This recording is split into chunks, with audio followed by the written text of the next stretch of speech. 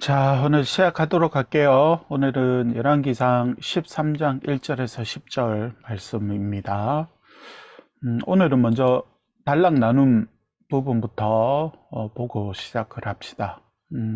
일단 봐야 될 게 뭐냐면 우리가 지금 보고 있는 부분이 블럭 쳐져 있는 부분인데 유다와 이스라엘의 왕들이란 부분을 우리가 함께 보고 있어요. 그러니까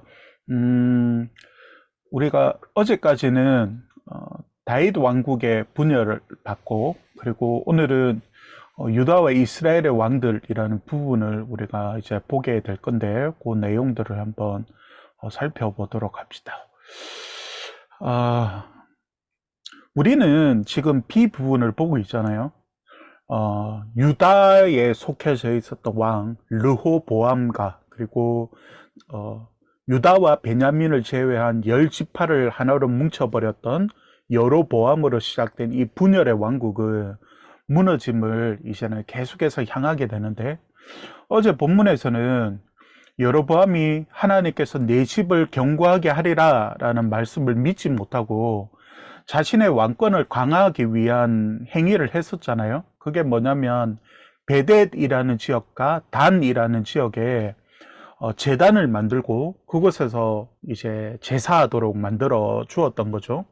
그런데 문제가 뭐냐면 솔로몬의 성전처럼 만들 수는 없으니까 하나님이라고 하면서 금송아지를 만들어서 이스라엘 전체가 이제 우상을 숭배하고 범죄하도록 만들어 버리게 된 것이죠. 그러면서 여로보암 왕이 했던 말이 뭐냐면 너희의 하나님이다, 이렇게 말했지 않습니까? 그뿐만이 아니라 레위인도 원래 아론의 자손이 레위인으로 섬기게 되는데, 레위인도 이제 제사장직을 하는 사람들도 그냥 자신의 마음대로 그냥 세워버리게 된 거죠. 지극히 모든 것들이 다 인간적인 것에서 시작되었고 인간적인 것으로 계속해서 발전해 나가고 있는 것이죠. 하나님은 이제 갓 태어난 이 북왕국에서 일어난 이 어처구니 없는 일들을, 이 죄들을 그냥 보고만 있을 수가 없었거든요.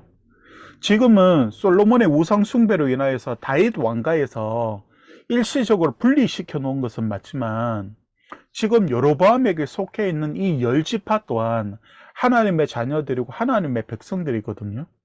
그래서 하나님은 이름을 밝히지 않는 하나님의 사람을 오늘 말씀해 보면 그들에게 보내십니다.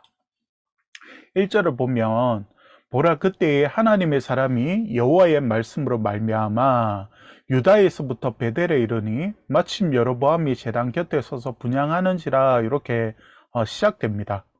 북왕국의 우상 숭배를 좌시하지 않으셨던 하나님은 유다로부터 하나님의 사람을 여로보암에게 이렇게 보내요. 하나님의 사람이 누구냐면 일반적으로 선지자라는 말은 여러분 알고 있잖아요. 그 선지자의 다른 명칭이 하나님의 사람이거든요. 특히 열왕기 상하에 보면 하나님의 사람이라는 명칭이 많이 나오는데, 나중에 여러분 우리가 17장부터 나오는 엘리야 시대로 들어서게 되면, 오므리 시대로 들어서게 되면, 그때부터 하나님의 사람들이라는 이름으로 우리의 많이 선지자들을 칭하는 호칭들을 많이 만나게 될 거예요. 그리고 앞서서 12장에 나왔었던 스마야 또한 하나님의 사람으로 명칭이 불려오기도 했거든요. 그런데 이 하나님의 사람이 북왕국에 도착한 그 시점에 마침 여로보암 왕이 제단에서 분향을 하고 있었거든요. 그때 하나님의 예언의 말씀을 용감하게 전해요. 예언의 내용이 뭐였냐면, 대략 그러니까 요 시대, 여로보암 시대 이 순간에 그 순간부터 300년 뒤에 일어날 일들을 예언을 해요, 이 하나님의 사람이. 그러니까 당장 여로보암 시대가 아니라 300년 이후에 되어질 일들을 예언하거든요. 그래서 그 내용이 뭐냐면, 그래서 먼저 생각해 볼 게 뭐냐면, 그래서 300년 이후에 되어질 일들을 예언을 하니까 신학자들 중에서는 세 부류로 나눠졌거든요. 첫 번째가 뭐냐면, 이건 문학적 장치이고 훗날에 이스라엘의 역사를 아는 사람이 신명기의 그 내용을 가지고 이 열왕기서를 이렇게 편집했을 거다, 이렇게 얘기를 하거든요. 그러니까 예언 자체를 이제 믿지 못하고 이렇게 만드는 신학자들이 있었고, 두 번째는 말씀 자체를 어느 정도 믿기는 하겠지만 아마도 이 말씀은 여로보암이 제단을 만들기 전에 그냥 상징적으로 일어났던 하나의 사건이다, 이렇게 말하는 사람들이 있어요. 그러니까 이 역사적인, 성경 안에 있는 역사적인 이 순간을 앞뒤로 해서 뭔가 그 사람들이 이해하도록, 그리고 사람들이 이성적으로 받아들이도록 만들려고 노력하다 보니까 이런 잘못을 범하는 것 같아요.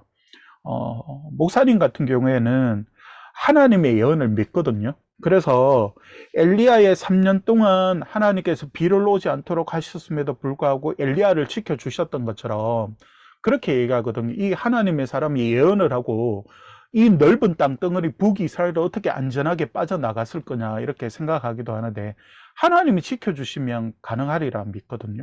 그래서 그냥 우리는 이 시대로부터, 여로보암 시대로부터 300년 이후에 일어날 일에 대한 분명한 약속을 하나님께서 역사적으로 해주셨다라고 여러분 믿으면 될 것 같아요. 그러면서 여러분 2절에 보면 이렇게 말씀하거든요. 하나님의 사람이 제단을 향하여 여호와의 말씀으로 외쳐 이르되, 제단아 제단아, 여호와께서 이와 같이 말씀하시기를, 다윗의 집에 요시아라 이름하는 아들을 낳으리니 그가 내 위에 분향하는 산당 제사장을 내 위에서 제물로 바칠 것이요 또 사람의 뼈를 내 위에서 사르리라, 이렇게 말씀하고 있잖아요. 이게 300년 이후에 되어질 일들이거든요. 이런 선포가 믿음이 없는 여로보암 입장에서는 현타가 온 거죠. 갑자기 오늘 한 사람이 딱 나타나더니 지금 여로보암 시대도 아니고 300년 이후에 되어질, 그리고 300년 이후에 태어날 사람의 이름도 말하고 있는 거죠.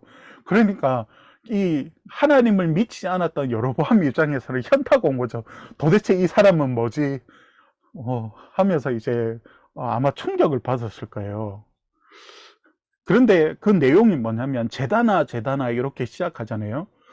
두 번 반복한다는 것은 강조의 의미를 가지고 있겠죠. 그러니까 반드시 이 일을 하나님께서 행하실 것이라고 하나님의 사람이 말하고 있거든요. 그러면서 다윗의 집에서 요시아라는 사람이 태어난대요. 여러분, 우리가 에레미야서 말씀을 우리가 묵상할 때 요시아 왕은 정말 많이 나왔던 것 같아요. 그때 우리 전반부에 나오는, 전반부에 나오는 그 모든 그 말씀의 기초로 이루고 있었던 게 요시아가 갑자기 전쟁에 나가서 전사하면서 이루어졌던 그 정치적인 회오리 때문에 모든 것이 시작되었잖아요. 그래서 우리가 지겹도록 요시아의 이름을 들었었는데 그 요시아예요. 그 요시아가 태어나서 모든 제단들을 헐어버리고, 그리고 잘못된 이 우상을 숭배하게 만들었던 이 제단을 섬기고 있었던 제사장들의 모든 뼈를 살라버리라, 이렇게 말하고 있는 거죠. 그러니까 쉽게 말하면 하나님의 심판이 임하겠다, 이걸 지금 하나님의 사람이 여로보암에게 말하고 있거든요. 여로보암도 바보가 아닌데 이게 심판의 메시지구나, 안 좋은 말이구나 라는 것을 알았을 거 아니에요. 그래서 여로보암도 이 하나님의 사람을 잡아라, 이렇게 되거든요, 오늘 본문에 보면. 그런데 우리는 조금 길지만 이 말씀이 어떻게 예언되는지를 먼저 확인하고 갔으면 좋겠거든요. 여러분, 이 열왕기 하 23장 15절 이하에 보면 그 내용이 나와요. 15절부터 그 부분을 읽어볼 건데 여러분들 한번 봐요. 또 이스라엘에게 범죄하게 한 느밧의 아들 여로보암이, 여로보암이 지금 여로보암이에요. 베델에 세운 제단과 산당을 왕이 헐고, 또 그 산당을 불사르고 빻아서 가루를 만들며 또 아세라 목상을 불살랐더라. 16절, 요시아가 몸을 돌이켜 산에 있는 무덤들을 보고 보내어 그 무덤에서 해골을 가져다가 제단 위에서 불살라 그 제단을 더럽게 하니라. 이 일을 하나님의 사람이 전하였더니 그 전한 여호와의 말씀대로 되었더라. 17절 요시야가 이르되 내게 보이는 저것은 무슨 비석이냐 하니 성읍 사람들이 그에게 말하되 왕께서 베델의 제단에 대하여 행하신 이 일을 전하러 유다에서 왔던 하나님의 사람의 묘실이니이다. 그러니까 이 하나님의 사람이 만들어진 인물이 아니고 실제적인 사람이었어요. 그리고 20절 보면 또 거기 있는 산당의 제사장들을 다 제단 위에서 죽이고 사람의 해골을 제단 위에서 불사르고 예루살렘으로 돌아왔더라 이렇게 말하고 있어요. 그러니까 요시야 왕이 개혁을 일으키게 되는데 종교 개혁을 일으키거든요. 요시야가 그때 베델에 있었던 이 제단에 산당을 다 헐어버리고 불살라버리고 그리고 모든 것을 다 가루내어 가지고 또 우상 숭배자들의 뼈를 가져다가 제단에서 다 태워버려요. 그러니까 하나님의 사람이 여로보암 시대에 예언했던 그대로 300년 후에 응답되어져요. 그 일들이 일어나 버리게 되거든요. 결국 300년 후에 성취된 거죠. 하나님은 이 말씀을 보면 하나님은 죄는 반드시 심판하시는 하나님이시라는 것을 우리가 알게 되어져요. 이 내용은 아마 우리가 예레미야서 말씀할 때 계속해서 반복하였던 내용인 것 같은데, 특히 하나님은 우상 숭배는 말할 것도 없어요. 하나님의 땅에서 그리고 하나님의 자녀들이 우상을 숭배하고 있다, 이건 하나님의 크나큰 아픔이었어요.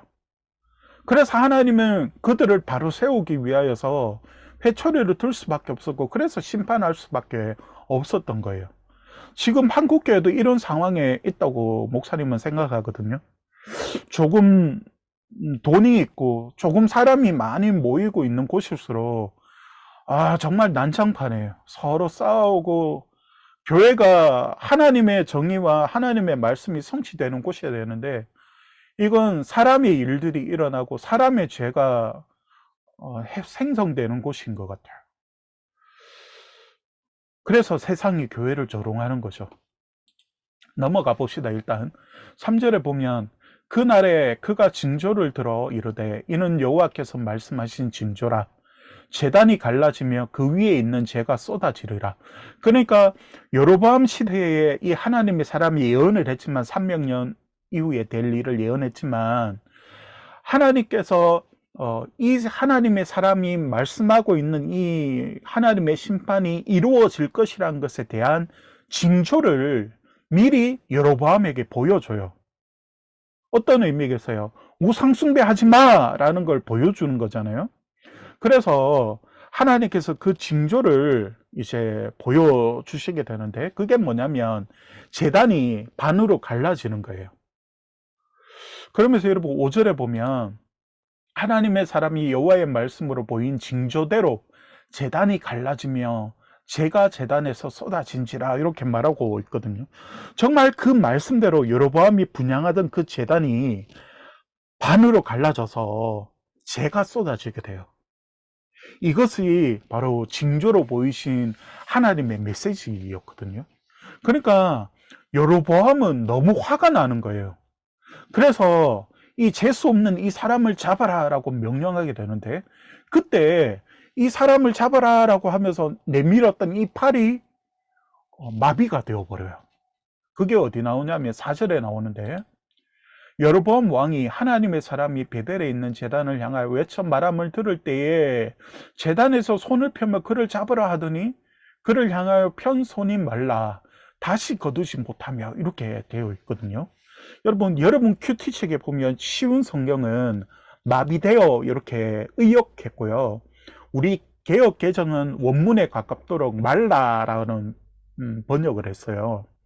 그러니까 그 말라라는 그 뜻이 뭐냐면, 그 식물이 이제 잘려서 꽃다발을 만들고 나면 그 꽃이 말라버리잖아요. 그런 마른다, 물이 마른다, 이런 의미의 말라거든요.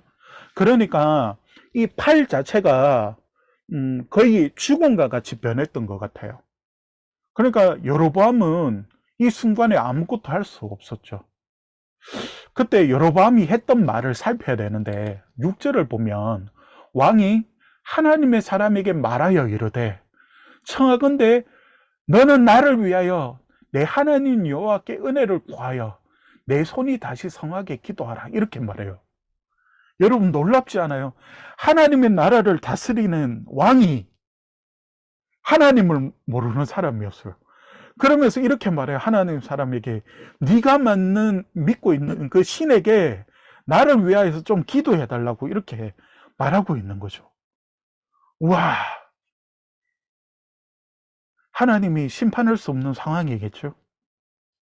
그래서 하나님의 제단을 그 예루살렘 성전으로 가는 그 백성들을 막기 위하여서 당과 베델의 제단을 만들고 금송아지를 만들면서 이게 네 신이다 라고 했던 이유가 뭐냐면 여로보암은 하나님을 모르던 거예요.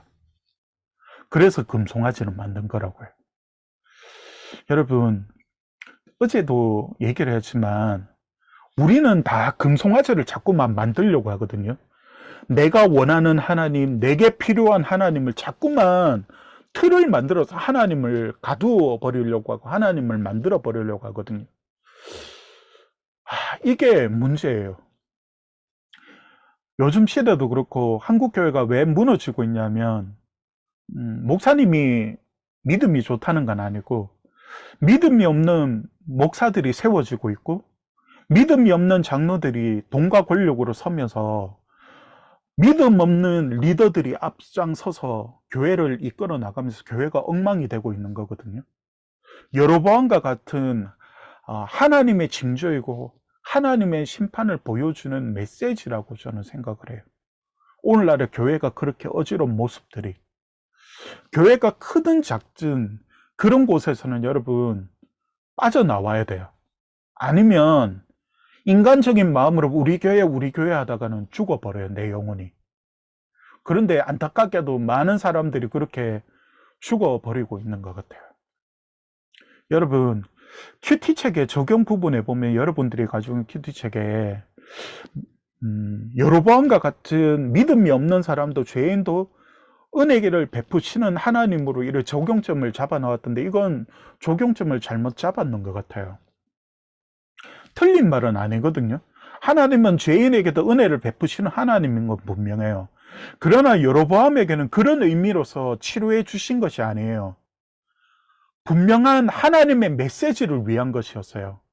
옛날에 모세가 지팡이를 던졌다가 잡으니까 뱀이 되었듯이 또 그 손을 나병이 피부병이 걸렸다가 다시 넣었다가 뺄 때 또 치유한 그 모습을 통하여서 하나님의 살아계심을 보여줬듯이 여로보암을 향한 이것은 우리가 흔히 생각하는 구원과 같은 은혜가 아니에요. 만일에 부흥과 같은 은혜가 여로보암 왕에게 임했다면 여로보암 왕은 회개했을 거고 하나님을 믿었을 거예요. 그런데 그 이후로도 여로보암은 하나님을 향해서 회개하지도 않고 하나님을 믿지도 않았어요. 그러니까 이런 적용점을 잡으면 안 돼요. 그러니까 그건 틀렸고 여러분들이 그 말씀을 읽으면서 내가 가지고 있는 여로보암과 같은 그런 잘못된 신앙이 무엇인가에 대해서 질문하고 하나님 앞에서 찾는 것이 더 바른 것 같아요. 그래서 여러분 여로보암은 회개하지도 않고 우상을 제거하지도 않고 하나님을 믿지도 않았다고요. 그러니까 여로보암은 회개하지 않은 사람이 분명한 거죠. 그런 의미에서 큐티책이 잡고 있는 적용점은 질문은 조금 잘못된 것 같아서 좀 그 부분은 자꾸 넘어갈게요. 그러면서 여러분 8절에 보면 하나님의 사람이 왕께 대답하되 왕께서 왕의 집 절반을 내게 준다 할지라도 나는 왕과 함께 들어가지도 아니하고 이곳에서는 떡도 먹지 아니하고 물도 마시지 아니하리라 이렇게 말해요. 그러니까 이 말이 뭐냐면 저는 이 북왕국과 여로보암 당신과 나는 아무 상관이 없습니다 라고 하는 걸 보여주는 거거든요. 그러니까 여러분 우리가 이 하나님의 사람을 닮아야 돼요. 이 시대는 지금 이 시대가 여로보암 시대와 또 거의 같다고 목사님은 생각하거든요, 개인적으로. 그래서 이 하나님의 사람을 닮아야 돼요. 우리가 여로보암이 마비되었다가 회복하는 것이 중요하지가 않아요. 여기서는 이 하나님의 사람이 권력 1인 이 왕에게 하나님의 말씀을 담대히 전하고, 그리고 여로보암의 회유에도 넘어가지 않고 하나님의 말씀을 따라 충실하게 순종하고 있는 이 모습을 봐야 돼요. 이 믿음을 봐야 돼요. 지난 화요일에 목사님은 맞이거든요. 집에서는 맞은데 그 형처럼 정말 따르는 목사님이 계세요.